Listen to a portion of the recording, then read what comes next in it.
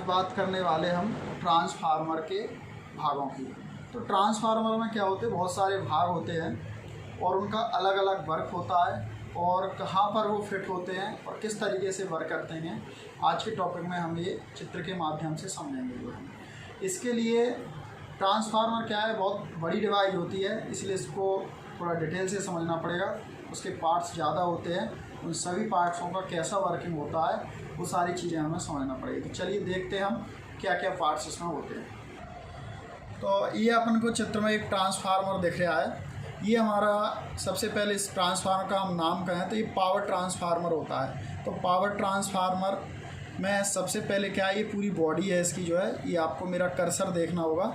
तो ये बॉडी पूरी है, माल्ड स्टील की ये बॉडी बनाई जाती है जो है पूरा, यानी एक टैंक जैसा बनाया जाता है इसको, कठोर लोहे का, यानी माल्ड स्टील बोलते हैं उसको जो है, MS भी कहते हैं अपन इसको शॉर्ट में। तो माल्ड स्टील की ये जो पूरी बॉडी है, ये पूरी बॉडी बनाई जाती है।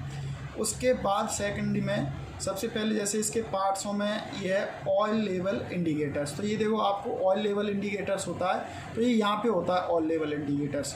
ऑयल लेवल इंडिकेटर्स एक्चुअली में बताएं दो होते हैं, एक ऑयल लेवल इंडिकेटर्स होता है और एक ऑयल गेज मीटर होता है। एक साइड इंडिकेटर्स रहता है, यानी उसमें तेल भरा है या नहीं भरा है उसकी हम यहाँ से पहचान करते हैं कि इस ट्रांसफार्मर में तेल ख़त्म तो नहीं हो गया है, उसकी पहचान करते हैं। एक मीटर भी होता है, तो वो मीटर की जो रीडिंग रहती है वो हाफ में रहती है, जैसे 1/2 है, 3/4 है, इस तरीके से रहती है। एम्प्टी है तो उस मीटर, जैसे कभी मीटर ख़राब हो जाता है तो हम ऑयल इंडिकेटर, यानी यहाँ पे कांच की ऑयल इंडिकेटर्स रहता है, उसको देखकर हम पता कर लेते हैं कि इसमें कितना ऑयल भरा है। नेक्स्ट है डिहाइड्रेटिंग ब्रीदर। तो ब्रीदर आप जानते हो कि यहाँ पे ये जो कंजर्वेटर रहता है ये पूरा इसके एक पाइप के माध्यम से यहाँ पे लटका रहता है और उसमें जो ये देखो यहाँ पे छोटा सा लगा हुआ है, नीले कलर का इसमें सिलिका जेल भरा रहता है जो है। तो दूसरा भाग है इसका ऑयल फिलिंग प्लग। तो ऑयल फिलिंग प्लग यहाँ पे ये रहता है ऊपर सबसे, इसमें यानी जब हम ट्रांसफार्मर में तेल भरते हैं तो यहीं से हम तेल डालते हैं ऑयल फिलिंग में, यानी ऑयल फिलिंग भरते हैं। ये जो पूरा का पूरा ये टैंक जो रहता है वो उस टैंक को हम कंजर्वेटर्स कहते हैं। कंजर्वेटर इस टैंक का नाम होता है। एक्चुअली इसका वर्क क्या है, कंजर्वेटर का वर्क ये रहता है कि ये ट्रांसफार्मर की पूरी बॉडी में तेल भरा रहता है, लेकिन पाइपों के द्वारा ये कंजर्वेटर से जुड़ा रहता है। यहाँ पे देखो 2 पाइपों के द्वारा ये कंजर्वेटर से जुड़ा है। बीच में एक पाइप होता है जिसमें एक बकोल्स रिले भी लगी रहती है, वो आगे अपन पढ़ेंगे। तो इसमें क्या करते हैं कि हम इसमें तेल भर देते हैं यहाँ से, तो आधा ये भरा रहना चाहिए या 75% इसको भरा रहना चाहिए और आधा ये कुछ 25% ये खाली रहता है। क्या होता है कि जब वो तेल गर्म होता है, जैसे यहाँ पे हमारा लोड पड़ता है तो ये ट्रांसफार्मर के अंदर जो वाइंडिंग है वो गर्म होगी। गर्म होने से क्या होता है, ये तेल का प्रसार होता है, यानी तेल का साइज है वो बढ़ता है। जब तेल का साइज बढ़ता है तो वो तेल बाहर को निकलना चाहेगा, तो बाहर को निकलने की वजह से जो है वो एक कंजर्वेटर में आ जाता है, यानी तेल को, जो तेल का प्रसार होता है उसको एब्जॉर्ब करने के लिए हम कंजर्वेटर लगाते हैं जो है। उसके बाद इसमें कंजर्वेटर के बाद यहाँ पे एक एक्सप्लोजन बैंड होता है, वो शायद इसमें दिखाई नहीं दे रहा है, पीछे की जाए। एक्सप्लोजन बैंड क्या होता है, साइड से एक, जैसे फॉर एग्जांपल जैसे हमारा ट्रैक्टर होता है उसमें जो धुआं फेंकने वाला एक्सप्लोजन लगा रहता है, उसी जैसा यहाँ पे एक एक्सप्लोजन बैंड लगा होता है जो है, ठीक है। ये इसमें नेक्स्ट भाग है कॉन्टैक्ट टर्मिनल्स होते हैं। तो कॉन्टैक्ट टर्मिनल्स का मतलब ये होता है कि यहाँ पे हमारे जो बुशिंग है, तो आप देख रहे होंगे इसमें 3 बुशिंग जैसे HT साइड होती हैं, ये बड़ी बुशिंगें होती हैं, और जिस साइड छोटी रहती हैं वो लो वोल्टेज की बुशिंग रहती है, जिस साइड ये छोटी हैं जैसे। और अगर इसमें सेकेंडरी साइड में स्टार कनेक्शन किए गए थे 4 बुशिंग रहती है, इसको अर्थ किया जाता है, और यदि डेल्टा किए गए हैं तो 3 ही बुशिंग रहती है। जैसे हमारा ट्रांसफार्मर डेल्टा स्टार है तो यहाँ पे 3 ही रहेंगी, और इस सेकेंडरी साइड में क्या रहती हैं, ये 4 हो जाएंगी। तो एक को जो न्यूट्रल्स रहेगा उसको अर्थ कर देते हैं, यानी हम ज़मीन में गाड़ देते हैं जो है। तो ये होते हैं हमारे इसके कॉन्टैक्ट या टर्मिनल। उसके बाद देखो ये लिखा है इस पर बकोल्स रिले। बकोल्स रिले एक इम्पोर्टेंट्स रिले होती है, ये ट्रांसफार्मर की सुरक्षा का काम करता है जो है।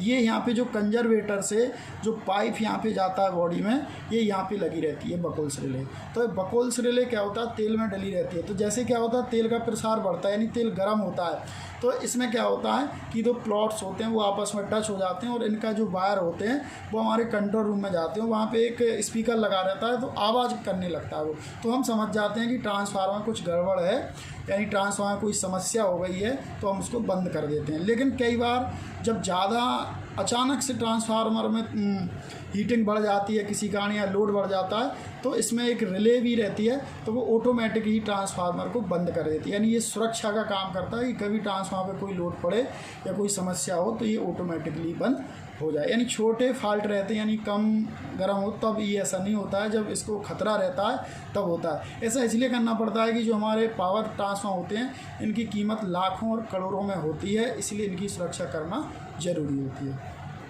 उसके बाद देखो ये क्या है, रेटिंग प्लेट होती है। तो यहाँ पे एक रेटिंग प्लेट लगी रहती है जिसमें ये बताया जाता है ट्रांसफार्मर किस कंपनी का है, कनेक्शन क्या है, करंट रेशो क्या है, वोल्टेज रेशो क्या है, टेम्परेचर क्या है, ये सारी चीज़ें इसमें बताई जाती हैं।